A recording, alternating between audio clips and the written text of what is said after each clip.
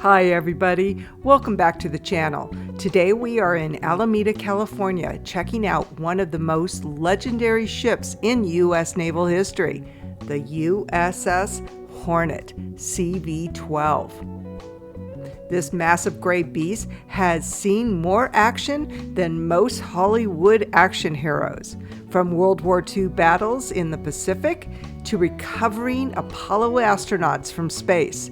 This ship has some seriously cool stories to tell, so let's dive in.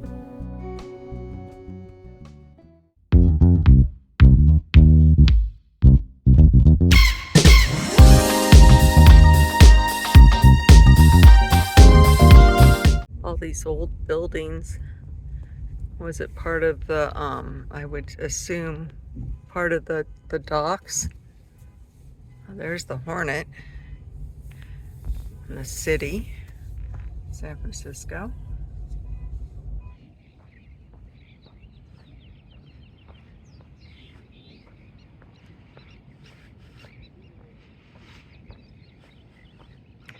It's got a sad kind of shape she's in. It's in need of a paint job.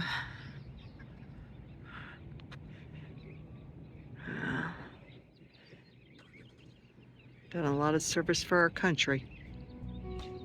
Construction on the Hornet was fast-tracked after Pearl Harbor when America realized they needed carriers, and lots of them, to win the war in the Pacific. This ship went from blueprint to battle ready in just over a year, which is insane when you consider her size. This flight deck stretches almost 900 feet long. That is like 3 football fields.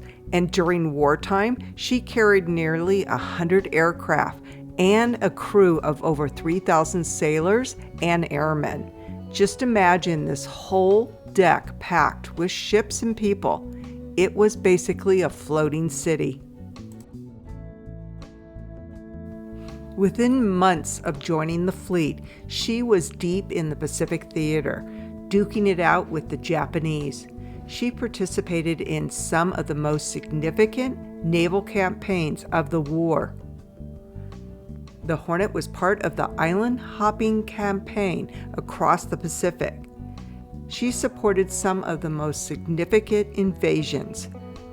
Her planes stifled and bombed enemy positions, and her guns shot down kamikaze aircraft trying to crash into Allied ships. Speaking of kamikazes, the Hornet survived multiple attacks. While other carriers around her were getting hit, somehow the Hornet dodged everything thrown at her. The crew started calling her the Gray Ghost because she seemed almost untouchable. In fact, get this, she never lost a man to enemy action during the entire war. That's crazy for a ship that was right in the thick of combat for almost 2 years straight.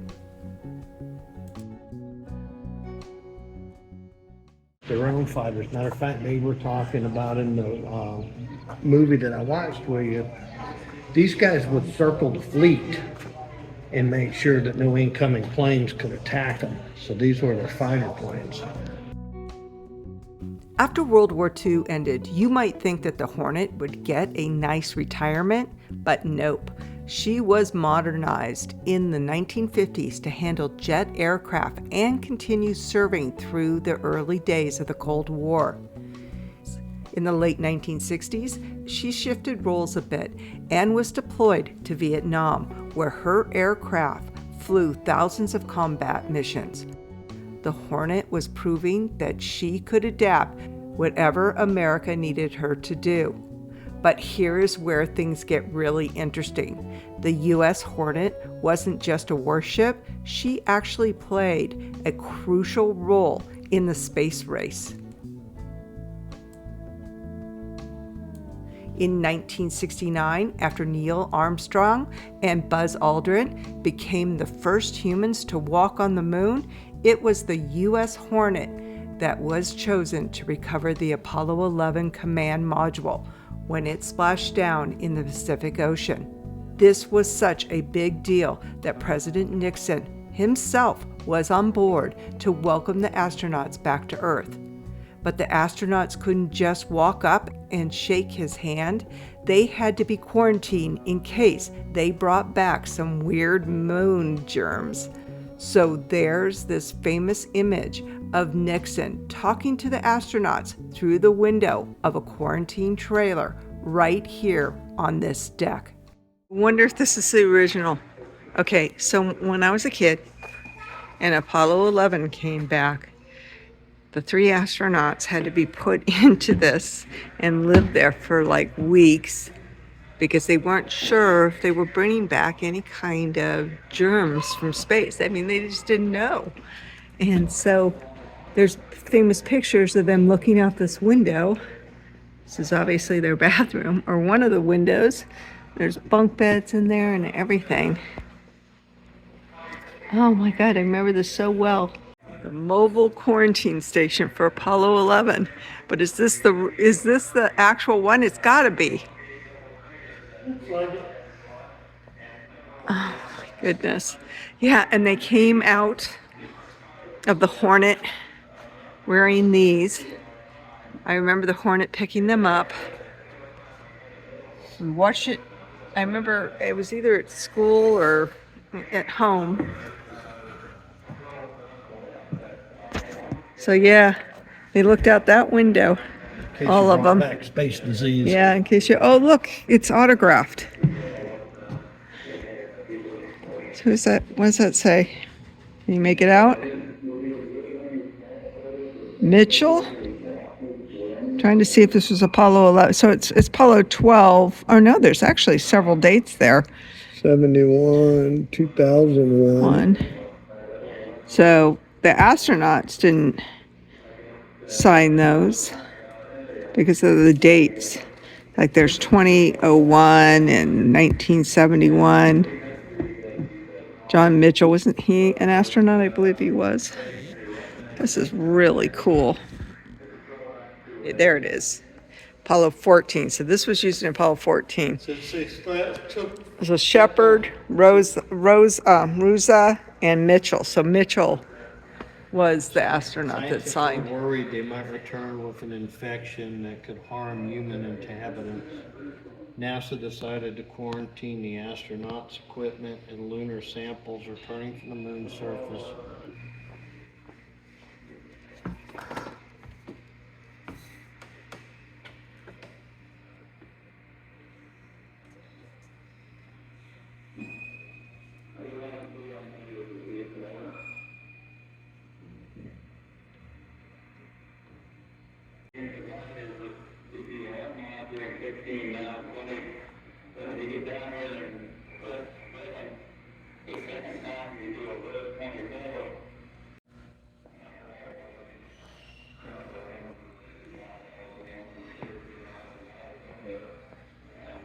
See that space capsule had damage from a crash landing? Go look at the back of it.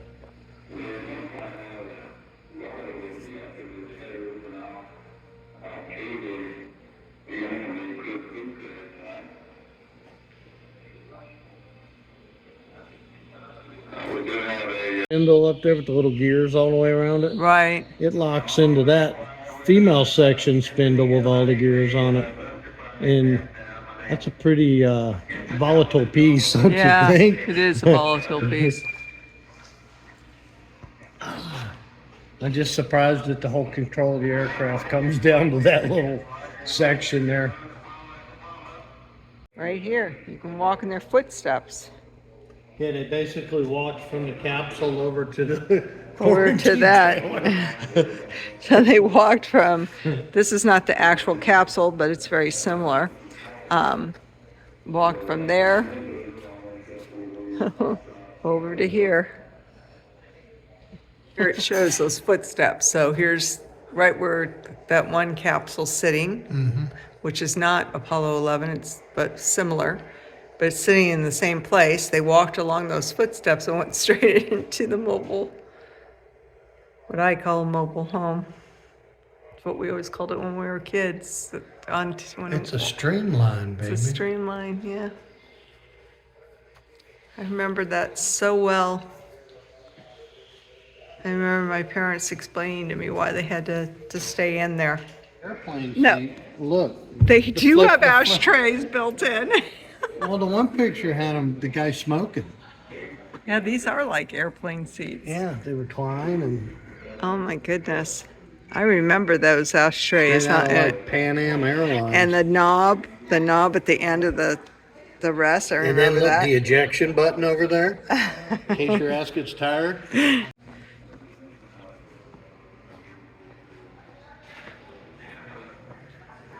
San Francisco Bay.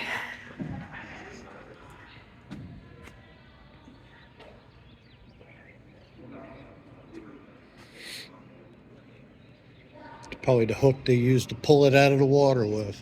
You think? Probably. So they have parties here all the time. My daughter's actually been to several here. They have tons of events. This is a UH-34D Seahorse. So this is their restoration area. Restoring this helicopter. The placard says it's an SH-2F Sea Sprite. This behind it is a F-4S Phantom II.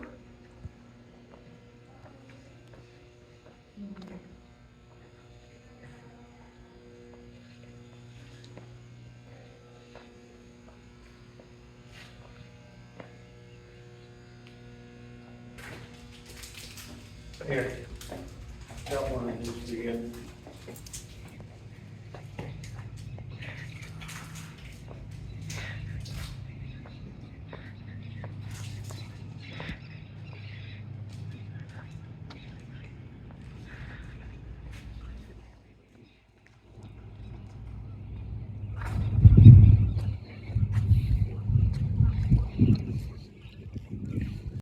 It's a great view of the city off the bow.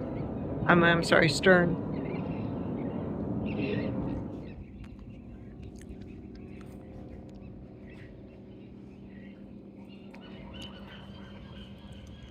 So, to pretty much get anywhere on the ship off the decks, you need to go down these ladders, basically. So if you have problems climbing ladders or going down, you're not going to be able to do a lot of the ship. So let's start. They took the steel door off. Well, what's steel door? I guess. No, it's still there. Doorknob throws me off a little bit. All right, here we go. All right, so we just ended our first area, and it looks like we're in sick bay, because that sure looks like a surgical table and surgical lights. So,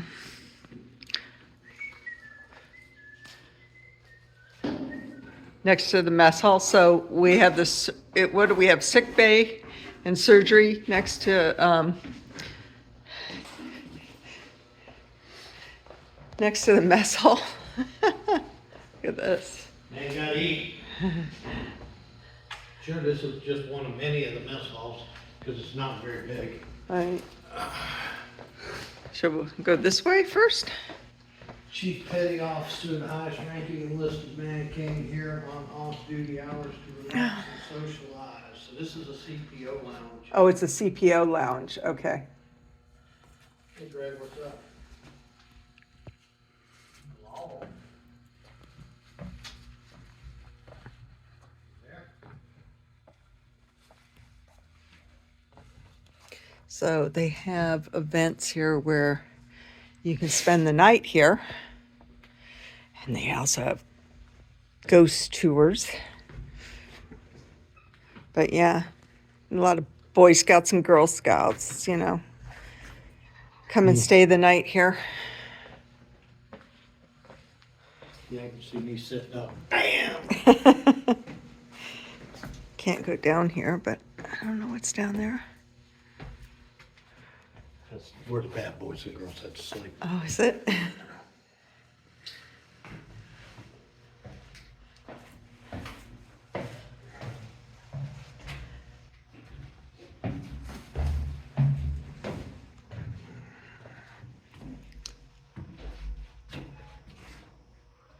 So it looks like we have some oxygen masks, some MSA oxygen masks, and those look like filters over there.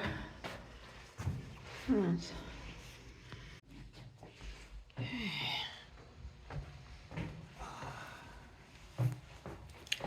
Actually, I think these are just the steps going up to the stern. This is just to the stern. We've already been here. Not enough room to change your mind down here, lady.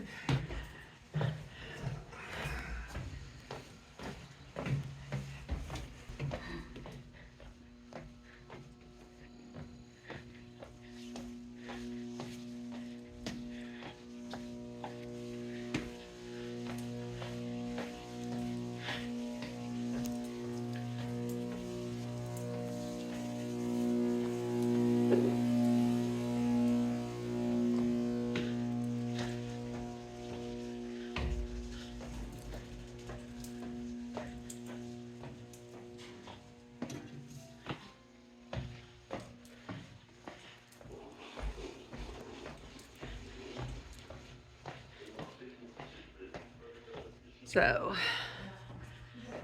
kitchen, the galley, some more bunks.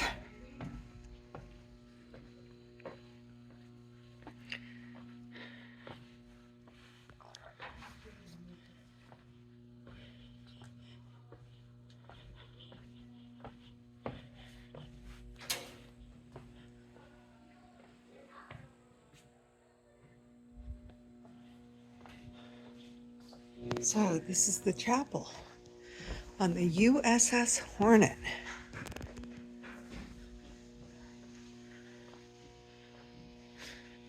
Very nice. Pews and Bibles.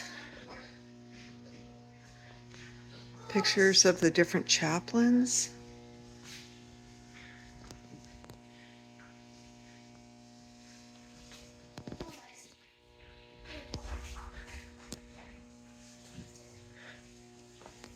Some wonderful pictures in here. This picture, the chaplain is administering last rites to USS Franklin, 1945. This one says, Navy Chaplain Lieutenant Venice Copodano, holding service for the men of Company A's 1st Battalion, 7th Marine, 1967.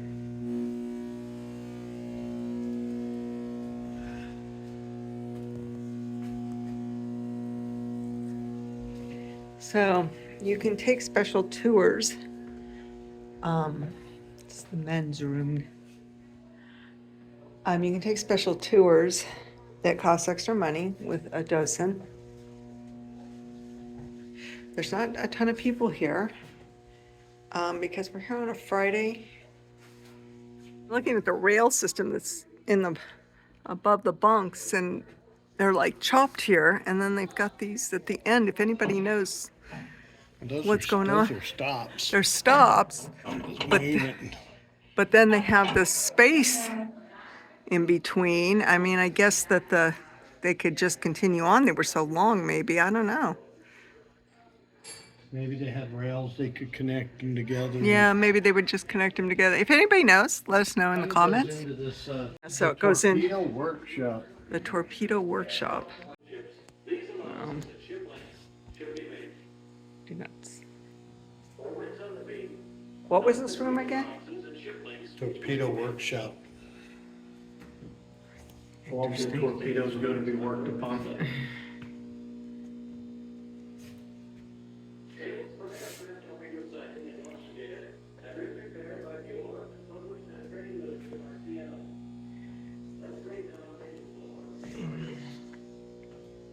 Oh, did you see this? There's racks of them down here. Torpedo storage. Yeah.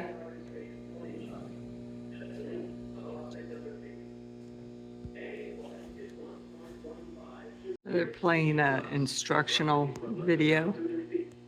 Radar slant ranges are roughly 700 yards less. Best way to kill the enemy.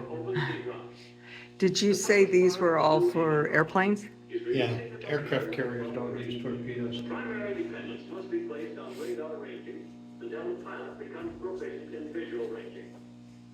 A tactical use of radar. So there's hardly anybody here. I mean, right now we're the only ones down on the second deck, which is really nice.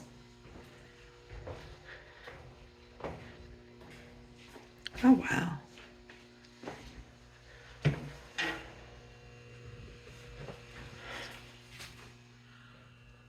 So this is sick bay. I wonder what that other thing, other one was. If you know, let me know in the comments.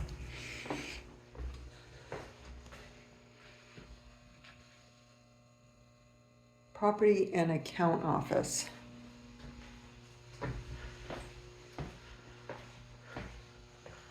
This is a lab.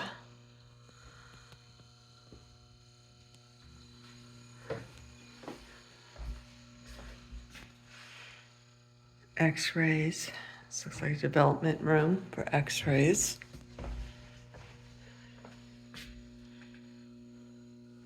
Some kind of hearing, one of those hearing boxes. A couple more bunks.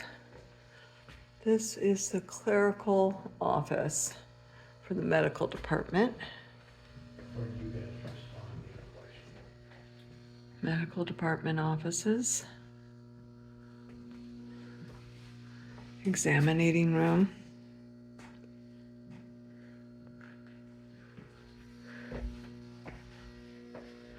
X-ray, really old X-ray. Wow.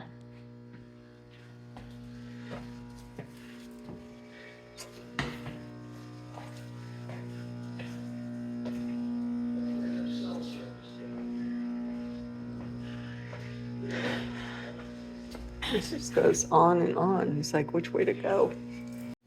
Operating room again. Don't quit running through it. I'm not. Okay. What does it say? Oh, eye examination. I can't see. Diet pantry. Another operating room. So that's where they'd be making me eat out of, or what? The diet pantry? Boy, you're too fat for the ship! So is this sick bay? This is not a lounge. Yeah. Notice the mattresses are thicker in here. To be honest with you, I think that this is where they have the overnight stays. And it looks like they just had one because the kids look like they left some of their stuff.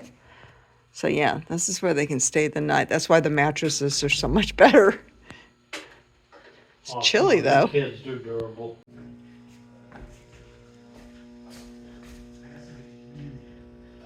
So I guess let's go this way.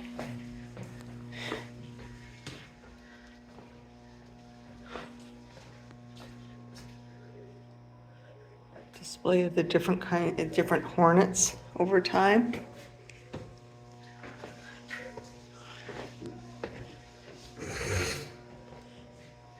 Got a little area for the kids to play in.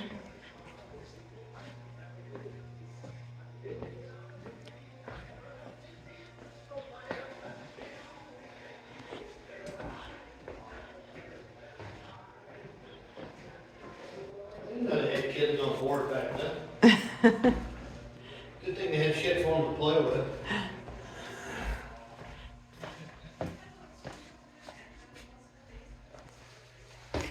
It's like a maze.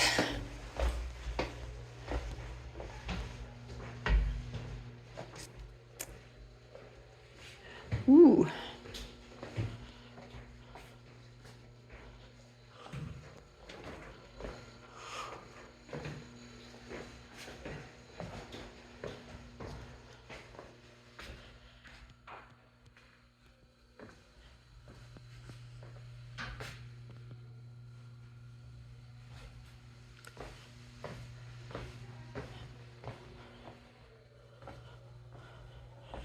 U.S. Marine.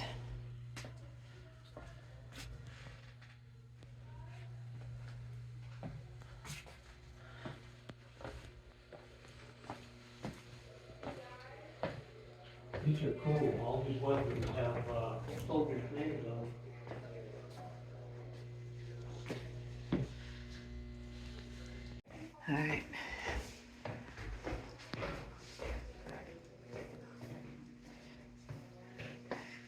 Some more bunks.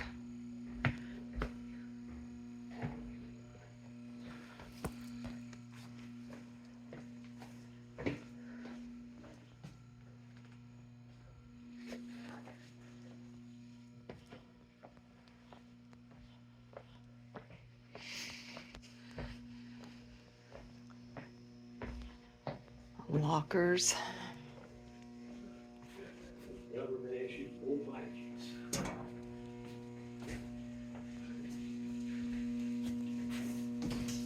Goes.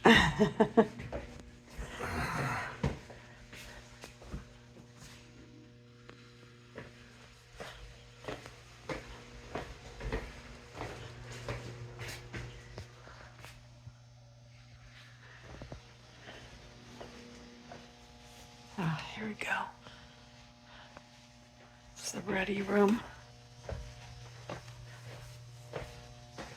Ready room.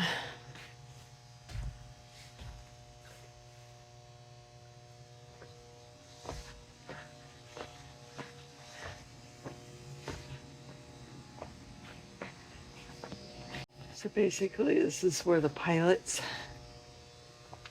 got prepared for their missions.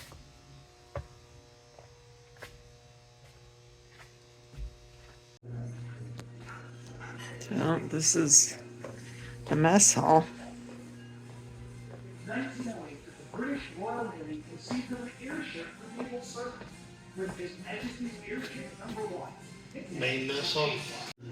So here's the galley.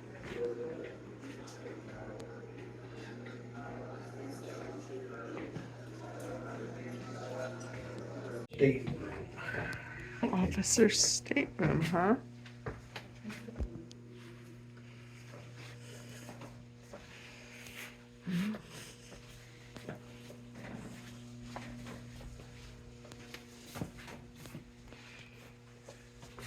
Well, I guess it was better than sleeping with the men.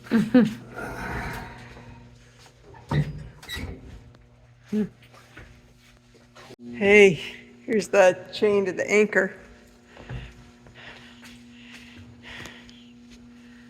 This is cool.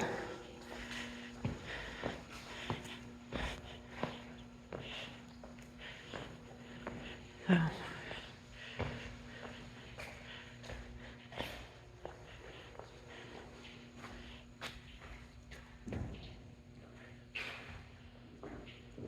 So there's the bow.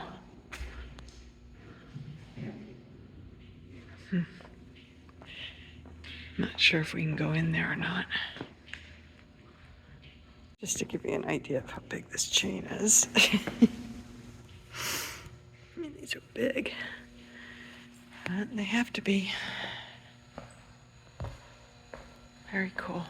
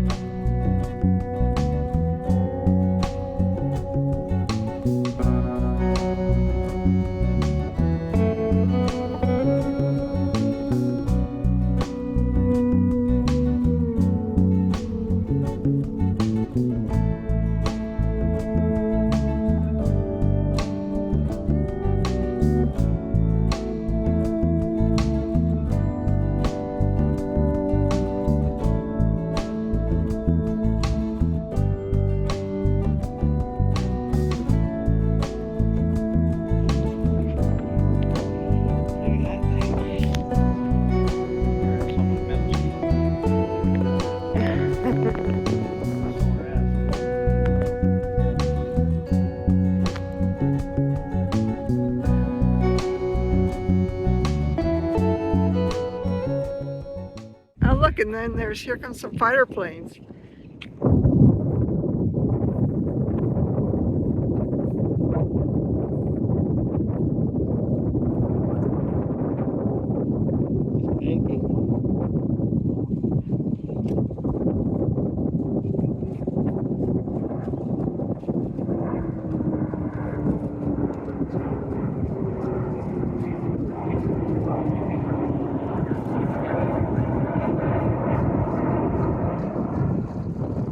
This deck is wood. Big timbers.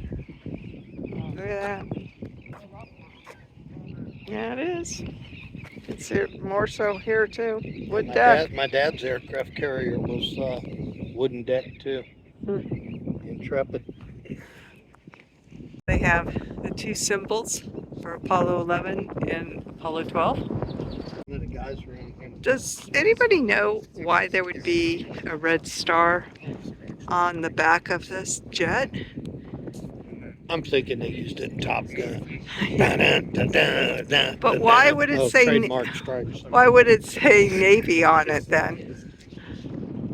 So we found out the reason this had a red star is this was used in Top Gun when they were doing they were practicing in the movie, and so these guys were pretending to be the Russians, and that's why it says Navy and has a red star. It also this particular plane used to be flown by the Blue Angels, and they signed the plane. So let's go take a look at that. You can come closer if you want. Watch your head. There you go. The Blue Angels signed this. And if you didn't know, you'd never know. You wouldn't know it was in there. Yeah. So this is the old catapult system. This plane has the newer kind of catapult system, where the one that was pretending to be a Russian plane, it has the older kind. According to the docent, this is the elevator system of where they brought the planes up from the deck below. And look at this. She's a beaut.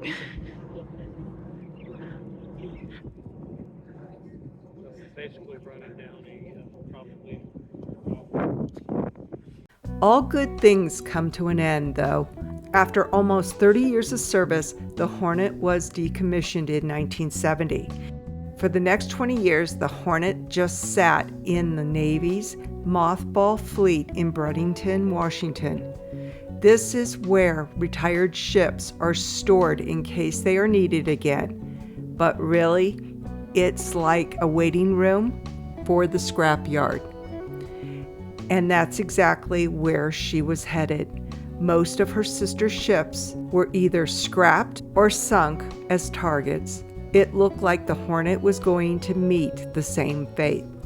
A group of veterans, history buffs, and aviation enthusiasts said no way. They formed the Aircraft Carrier Hornet Foundation in the early 1990s and started lobbying to save the ship. They argued that with her incredible war record and her unique role in the Apollo program, the Hornet was too historically important to just cut up for scrap metal. Their efforts paid off. In 1995, the Navy donated the ship to the foundation, and she was towed to her current home right here in Alameda, California, at the former Naval Air Station. In 1998, the USS Hornet was opened to the public as a USS Hornet Sea, Air, and Space Museum, and that's what we are exploring today.